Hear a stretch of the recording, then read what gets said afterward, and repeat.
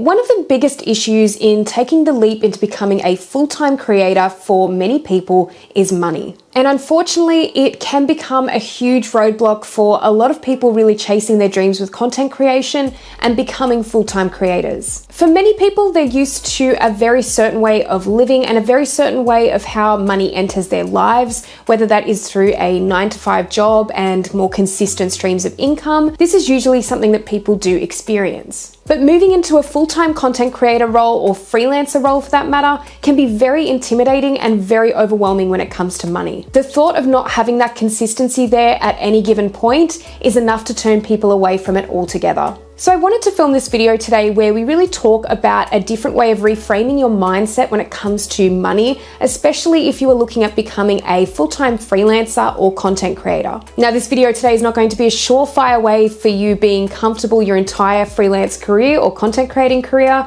There are going to be ups and downs, and I definitely want to make that known in this video today. But some of the points that I will make, I hope that you'll be able to take on board and just sort of reframe your mindset when it comes to actually receiving money for the services that you're offering in your business. But for those of you who are new here, hi, my name is Kaylee and I'm a freelance fashion and beauty photographer based near Sydney, Australia. But I'm also a content creator, and I started this channel a few years ago to talk about all things freelancing, content creation, social media, and business. And as I mentioned, we are going to be talking about money today in particular, and how you could start thinking about it in terms of making content creation your full-time job or even freelancing. So I think one of the main mistakes that a lot of people make when they're getting into full-time content creation, or they're transitioning from a full-time job into more freelance work, is that they don't really have a plan. And if I'm being honest, even if you do have a plan for this kind of thing, things can really fall through and things may not always go to plan. But I do think that having a plan of sorts or some guidelines that you can kind of work to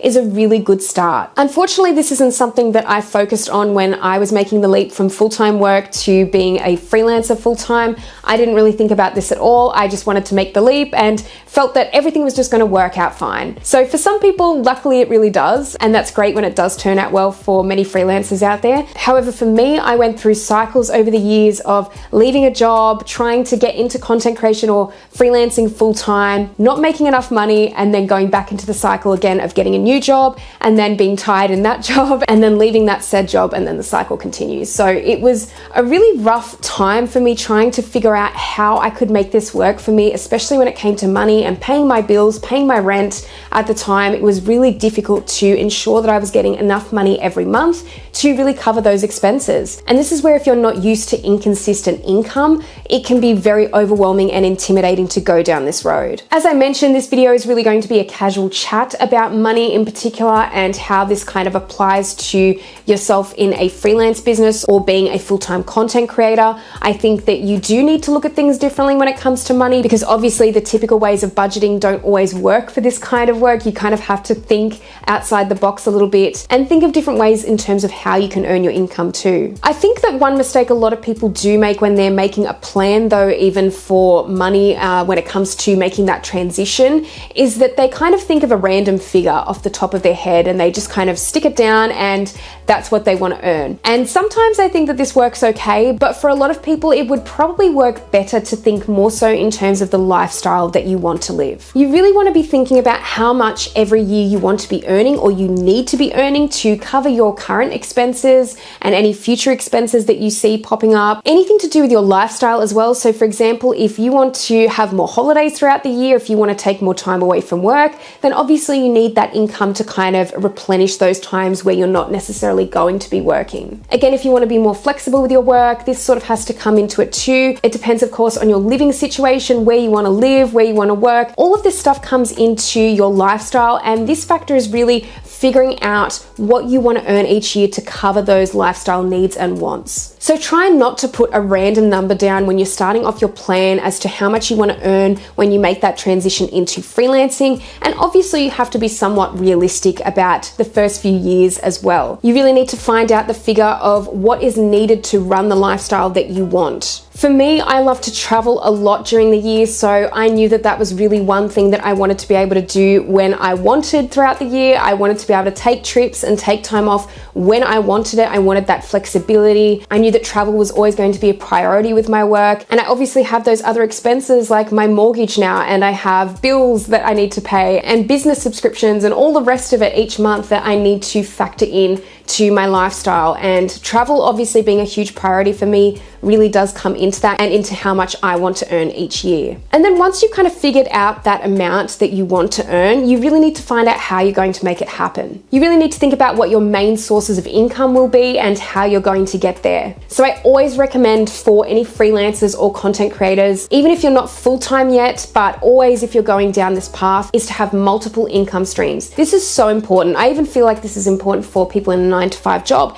Having separate income streams is a really great way to help build your wealth, but also to make sure that if anything happens, if anything in your business suffers or goes down, for example, in the economic downturns we've had in previous years, you want to make sure that some of these income streams are still going to hold up, even if a few of them get knocked down. So essentially, not putting your eggs in one basket is a really good way to do this. And also think about it in a way that it's not going to be as much pressure on you if you've got several passive income streams. For me, I have around 7 or 8 different income streams that I rely on, and several of those are really just passive income streams, which are great because I know that roughly that money is just going to keep coming in each month and I don't have to do anything extra for it. So it really does ease my anxiety on those months where I may not be getting as many photo shoots, I might not be getting as many sponsorships from YouTube or brand deals and that kind of thing too. So I want to make sure during this time frame of when I don't have as many jobs that I'm having some sort of passive income to supplement that. And if you break things down into these income streams and how much you want to earn from each,